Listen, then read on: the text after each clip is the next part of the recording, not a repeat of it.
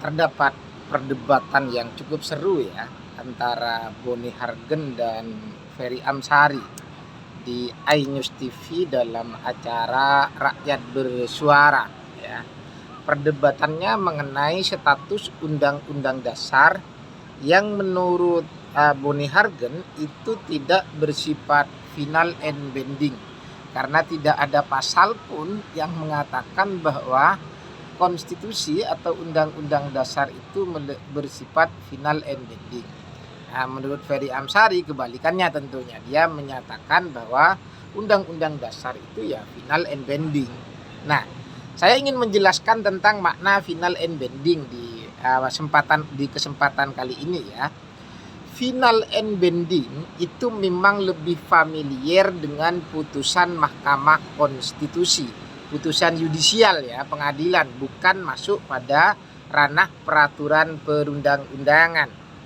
Nah, final and binding dalam putusan MK itu sebetulnya membedakan dengan karakteristik putusan pengadilan tata usaha negara. Kenapa? Kalau putusan pengadilan tata usaha negara meskipun umpama sudah final, sudah inkrah ya, tapi belum binding. Kenapa belum binding? Karena masih bergantung pada pejabat tata usaha negara yang mengeluarkan keputusan yang menjadi objek gugatan. Ya, yang biasanya di situ jadi tergugat pejabat tata usaha negara itu ya. Jadi penggugat belum dapat memanfaatkan putusan pengadilan manakala tergugat yakni pejabat tata usaha negara belum menindaklanjuti putusan pengadilan tata usaha negara. Maka putusan pengadilan tata usaha negara tidak disebut binding. Berbeda dengan putusan Mahkamah Konstitusi. Kalau putusan MK ketika sudah diputus dia final. Dalam artian tidak ada upaya hukum lagi ke pengadilan yang lebih tinggi. Sedangkan binding dia tidak perlu menunggu pembentuk undang-undang DPR dan Presiden untuk merubah undang-undang yang dibatalkan itu atau yang dirubah itu. Tetapi putusan MK itu langsung mengikat kepada masyarakat. Kira-kira begitu makna binding. Sekarang bagaimana dengan peraturan perundang-undangan? Apa juga final and binding? Ya tentu juga final and binding.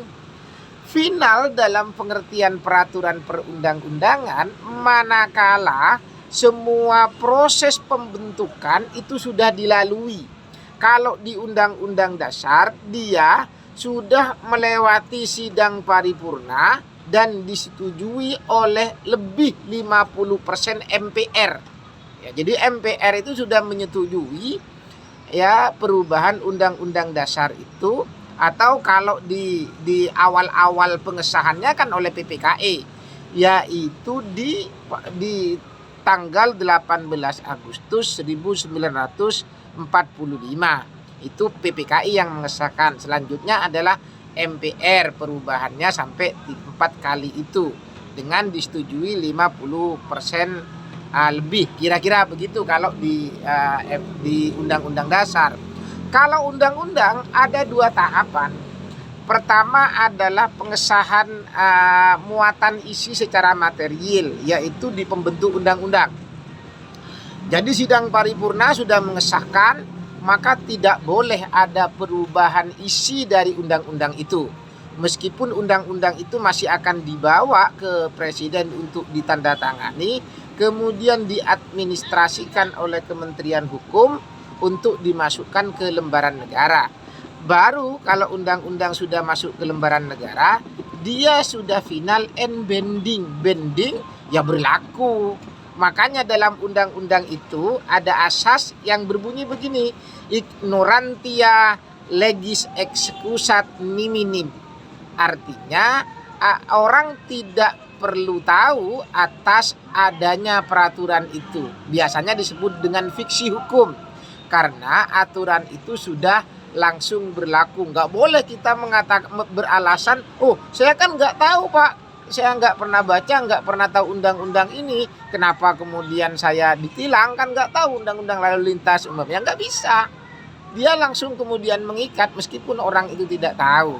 Nah, itu pengertian final and binding. Jadi, undang-undang dasar itu, perundang-undangan itu juga final and binding. Kira-kira begitu. Assalamualaikum warahmatullahi wabarakatuh.